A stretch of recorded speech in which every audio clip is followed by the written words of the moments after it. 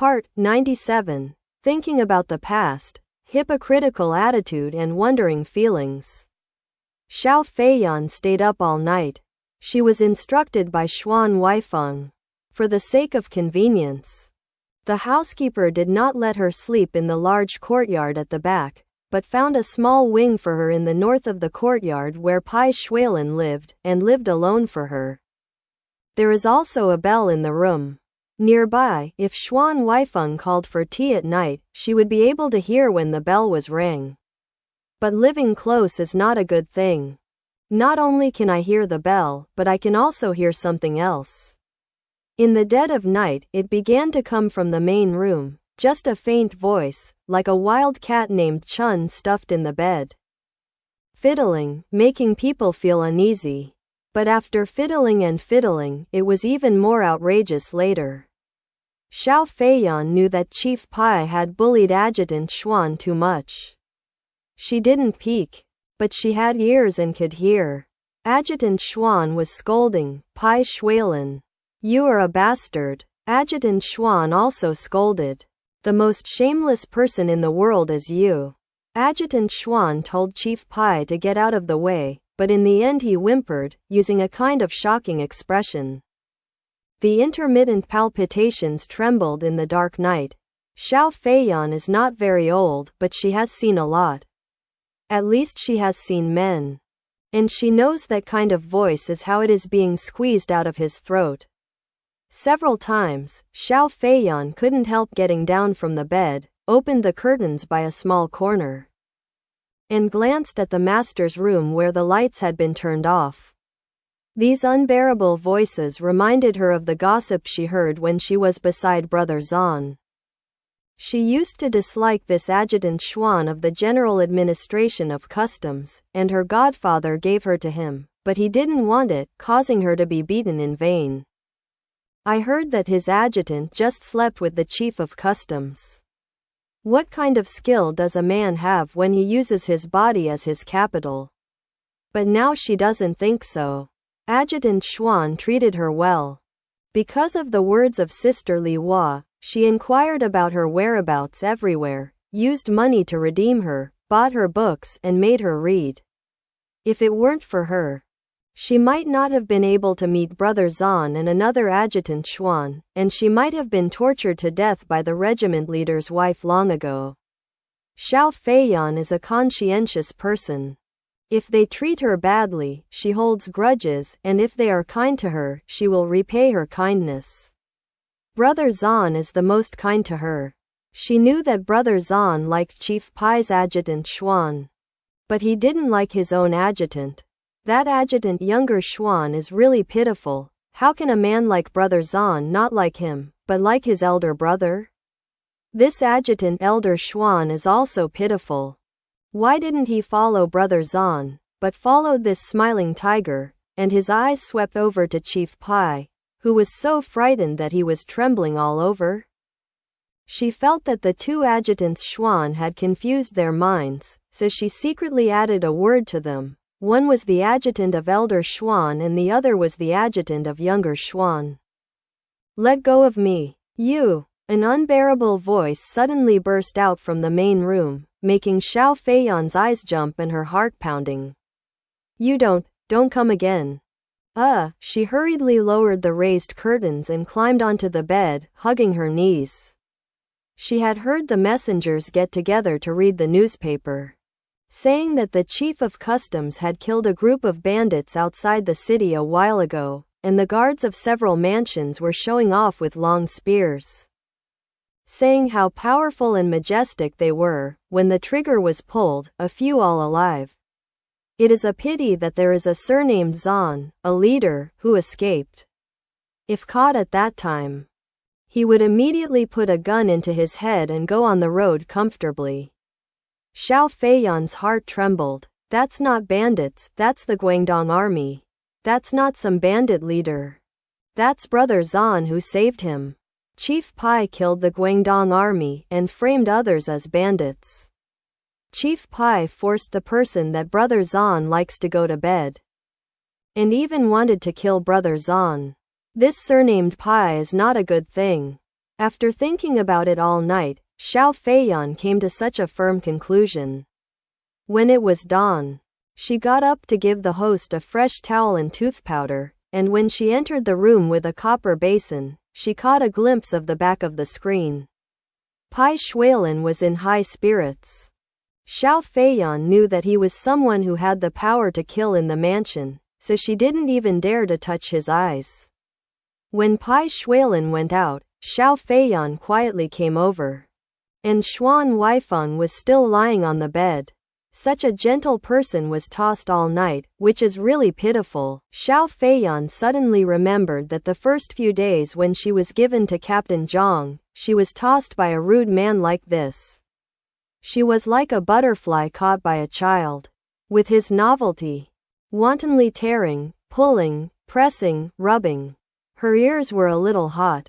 In broad daylight, you shouldn't think about your shameful past. After 2 or 3 visits, Xuan Huaifeng finally got up. Xiao Feiyan hurriedly went in and waited on him. She was making hot water, rubbing towels, and handing out tooth powder. She wanted to ask Adjutant Xuan if it was uncomfortable. According to her experience, she would definitely feel sore and soft when she came here overnight. Adjutant Xuan's face was very calm, and even inadvertently, there was a slight smile on his lips. Xiao Feiyan thought to herself, this person's appearance is really attractive. An action, a smile, is like an exquisite fine brushwork painting, indescribably elegant. She is also grateful to Adjutant Younger Xuan, but in all fairness, if she is Brother Zan, she will also choose Adjutant Elder Xuan. He is very nice. Every demeanor makes people feel comfortable. Xuan Huaifeng turned his head and saw Xiao Feiyan sitting on the small round table with her jade lotus-like arms standing up, supporting her cheeks. He asked her, "Why are you staring at me? Are you not studying today?" Xiao Feiyan said, "Adjutant Xuan, I have something I want to ask you." Xuan Huaifeng asked, "What is it?" Xiao Feiyan said, "Adjutant Younger Xuan, oh no. It's your brother's Adjutant Xuan, can I see, have you seen him? During the few days I was locked up, I heard from the person who brought me food that Chief Pai also arrested him and locked him in the mansion." Xuan Huaifeng was silent. He went to see Xuan Huaiyan. Every time Xuan Huaiyan huddled in the dirty and dark prison cell, silent, so stubborn that he could hardly recognize the third brother who was walking around behind him back then. The way he looked at himself made Xuan Huaifeng feel cold in his heart. Xiao Feiyan asked, "Adjutant Xuan, are you successful?" Xuan Huaifeng asked, "You lived in the Guangdong army for a while. Do you know what Huaiyan does?" Xiao Feiyan said, "I'm still not the same as you, to be an adjutant." Xuan Huaifeng asked, "Adjutant is a position, but he follows Zan Luzhao. What exactly does he do?" Xiao Feiyan said, "They are a group of soldiers, what else can they do? Of course, it's fighting. I see that the people over there all have guns in their hands." "Don't all soldiers fight?" Xuan Huaifeng stopped asking. This girl doesn't understand what's going on with men. His gaze moved over and landed on the small coffee table in front of the gorgeous bamboo reclining chair, where several documents in the office were placed. The rampant influx of heroin in the capital is linked to the Guangdong army, and it has already been revealed. Zan Luzhao is estimated to have a share. But what about Huaiyan? Xuan Huaifeng was very uncomfortable. "My father has been a warlord all his life, burning, killing, looting, and doing all kinds of bad things, but he has never poisoned the people with foreigners. If the third brother is involved in this matter, the dead father's face will be dull." Xiao Feiyan asked again, "Adjutant Xuan, is it true?" Xuan Huaifeng asked, "What did you see him doing?" Xiao Feiyan said, "I often sing in the play, the grace of dripping water is reciprocated by the spring. It was he who rescued me from the head of the regiment's house. Now he is in trouble. If I want to do nothing, am I still a person?" Adjutant Xuan, if you have pity on me, or pity on him, please hold your hand high and let me meet him every day. Give him a meal and a bowl of water. Xuan Huaifeng asked, are you willing to give him rice and water? Xiao Feiyan said, why not? I'm here. Originally a servant of rice and water. Xuan Huaifeng said, let's take a look. Xiao Feiyan asked incomprehensibly, what are you looking at? Xuan Huaifeng said, when the chief comes back. Let's see what he means. When Xiao Feiyan heard this, I knew that the adjutant Xuan of the big propaganda listened to the words of Chief Pai very much. And it was inevitable that he would be surprised and upset. That man tossed you like this at night, and you still scolded and begged for mercy. Why did you forget everything when you woke up? Brother Zhan was right. Although Adjutant Xuan was good, he was too unsatisfactory. He was forced to bow by the overlord surnamed Pai, which made him mess around. Today, the mighty force cannot be yielded, and once the lewdness is low, it will move away. Xuan Huaifeng was blown away by Bai Xuelan last night, squeezing not a single drop left. When he woke up in the morning, he wanted to find someone to settle the account, but the culprit had gone out early. At this moment, his body was sore. Where would he have time to think about the little girl beside him? Strange mind. There was always something strange between his legs. And he didn't want to go out. He asked Xiao Feiyan to bring the breakfast over from the kitchen, took 2 bites at random, and took a look at the documents on the coffee table. After watching for more than half an hour, the servant came over to ask him and said, Adjutant Xuan, your phone call is from Bai Yunfei's house. Xuan Huaifeng stood up, went to the telephone room to answer, and walked with the servant gossiping. He said, you rarely invite me to answer the phone in the mansion. Now, is my phone limit cancelled? The waiter laughed and said, it's because you don't communicate much, and there aren't many calls to you. When it comes to restrictions, it's just the ones on the list. Xuan Huaifeng asked indifferently, so, is there really such a list of restrictions? The commander-in-chief decided? After a while, the servant smirked with a sullen face, and his eyes were dodged. Xuan Huaifeng said in a calm tone, don't be afraid. I've heard the wind a long time ago. Tell me, what restrictions have the commander-in-chief put in place? Who are the people who call me and are not allowed to let me know? I know, the Yang family's phone number is also on the list. Right? The servant hesitated, considering him right and left. He led Xuan Huaifeng to the phone room and left as if he had fled. Xuan Huaifeng knew that these people were afraid of Bai Xuelan. So he didn't force him to ask questions, but it was more important to listen to the phone first. Picking up the receiver, he said, hello? I'm Xuan Huaifeng. After a few words, he realized that the call was originally for Bai Yunfei's discharge from the hospital. Bai Yunfei was discharged from the hospital and was sent home by Lin Qijun in his own car. He stayed in the hospital for many days, and when he returned home, he found that the yard was rarely seen clean and tidy.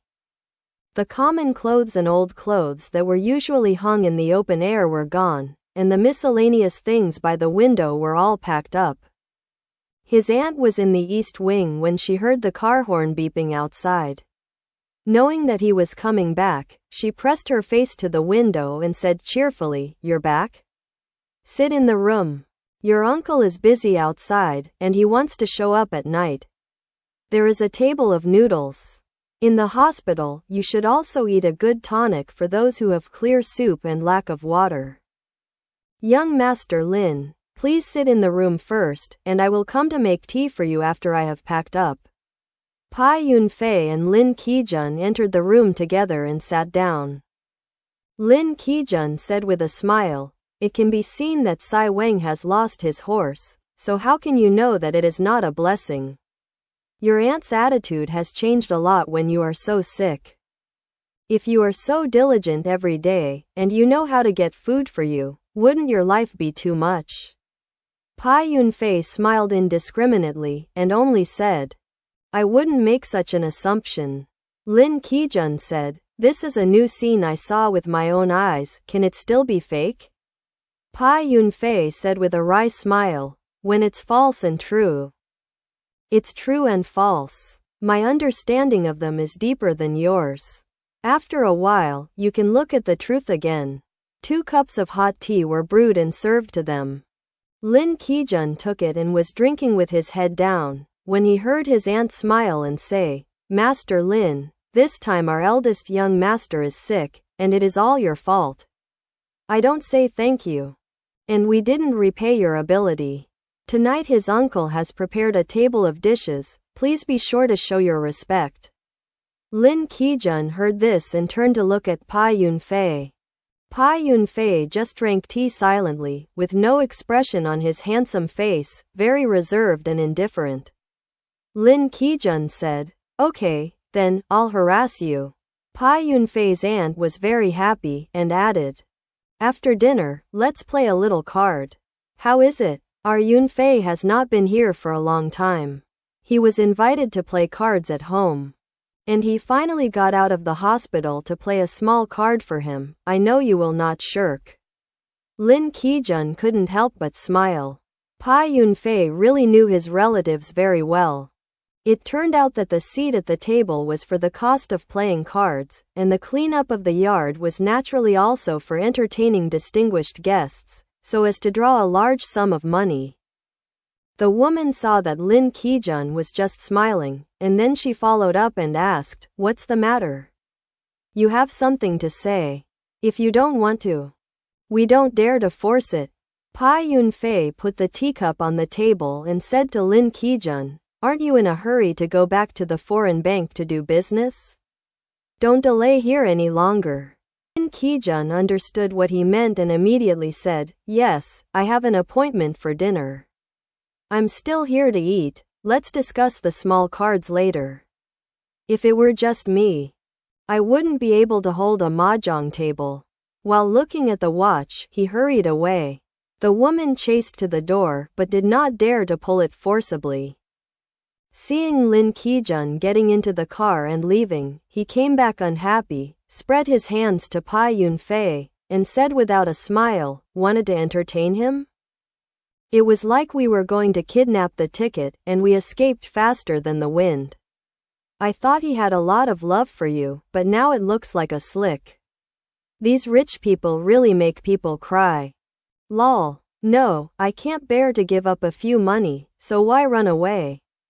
We won't force it. Bai Yunfei heard these words as soon as he got home. The taste was not so much annoyance, but rather a bit of sour pain. He has been reduced to singing on stage for several years, but the dignified and solemn in his bones that he was raised in a big family has never faded away.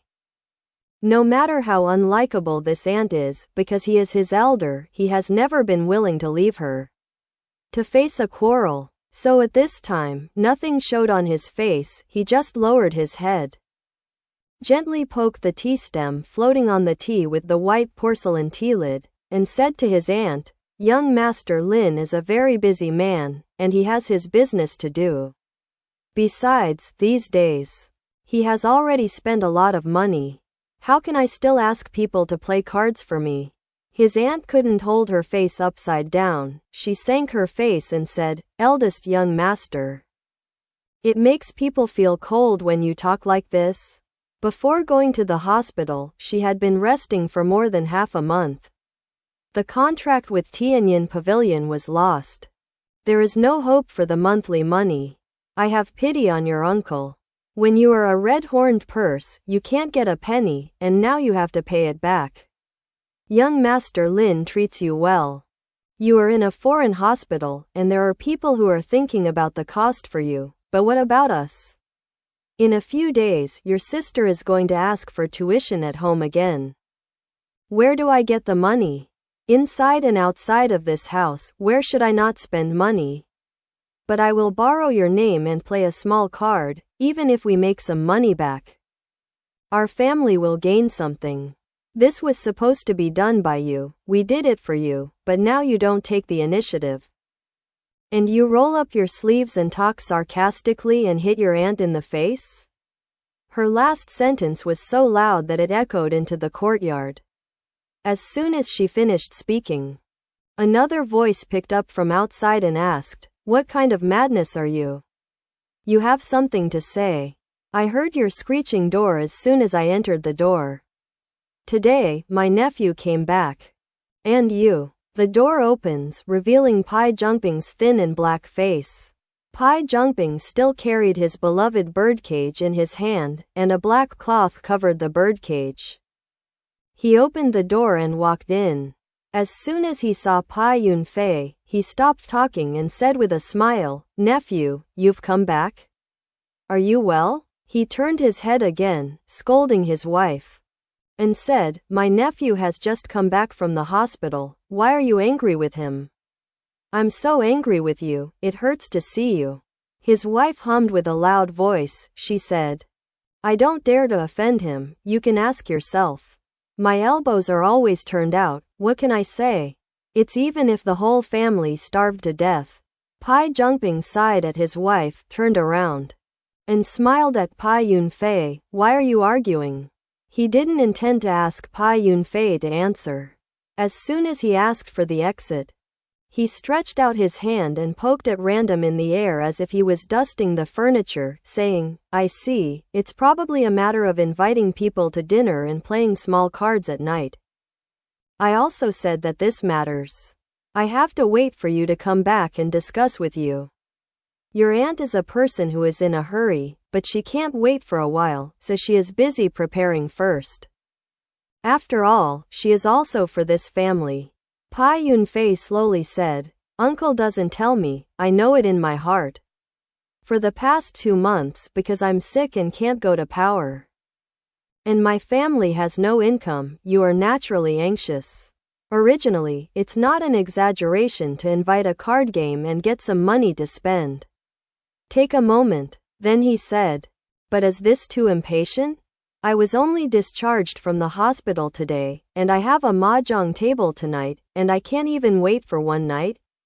It was rumored that I, Bai Xuelan, would get money everywhere as soon as I got home. Even if I was singing a show, but also face." Bai Xuelan was still like mud, with a smile on his face.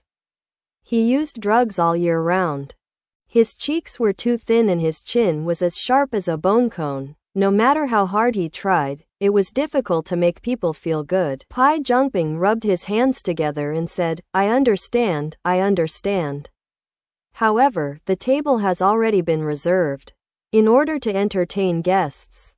The 8 Treasures table in the Taihe building was specially reserved, and a deposit of 80 yuan was also placed.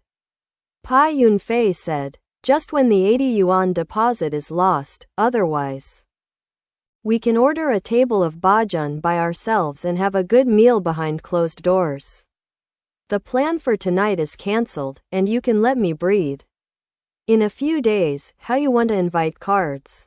How to tap, I just cooperate." Bai Xuelan said, "It's not just about the 8 treasures. The guests we invited, they finally agreed to come. Why don't you call again at this time? Go. Say it's cancelled tonight?" Bai Xuelan asked. "Guests? What kind of guests did you invite?" Kijun didn't agree to play cards. Bai Xuelan said, "Of course, young Master Lin is one of them. But my aunt and I will decide. One is you, the other is young Master Lin, and there are 2 other mahjong players. So, I specially invited the friend you usually talked about." Bai Xuelan asked, "Who did you invite?" Bai Xuelan said, "Aren't you very familiar with those 2 people from the White Mansion? They are also acquaintances with young Master Lin. I thought it would be alright. So I called to invite them, and they promised to come. Look, they treat you like this. Enthusiasm, I'm really embarrassed to cancel it." Bai Xuelan's expression froze. And then he was a little stunned. After a long while, he asked, "Those 2? Which 2 are they?" Bai Xuelan said, "Of course, it's Chief Pai and that adjutant Xuan Chief Pai has always taken good care of you, although Adjutant Xuan doesn't come to the house very much, but I also know that he treats you very well. In the hospital, he went to visit you. Didn't he? Your sister told me. Bai Yunfei said nothing. The tea in hand was half cold, he felt it, lowered his eyes, took a small sip, and stroked the smooth mouth of the cup with the tip of his little finger. Bai Zhongping said, "Nephew, what's the matter? You know, your aunt and I can't speak, and we all hurt you in our hearts. If you really don't want to, just cancel this small game, and be your uncle." "Yes, I can't force you. It's just that I made a warm invitation to call, and now I cancel it. I can only ask you to inform me, I don't dare to go." Bai Yunfei curled his lips into a smile, with a hint of helpless bitterness and said, "Forget it. Now that you have invited someone, let's do it to the end." Bai Zhongping heard that he no longer objected, and seemed to have won a beautiful victory, and said with a smile, "Very good, then it's settled.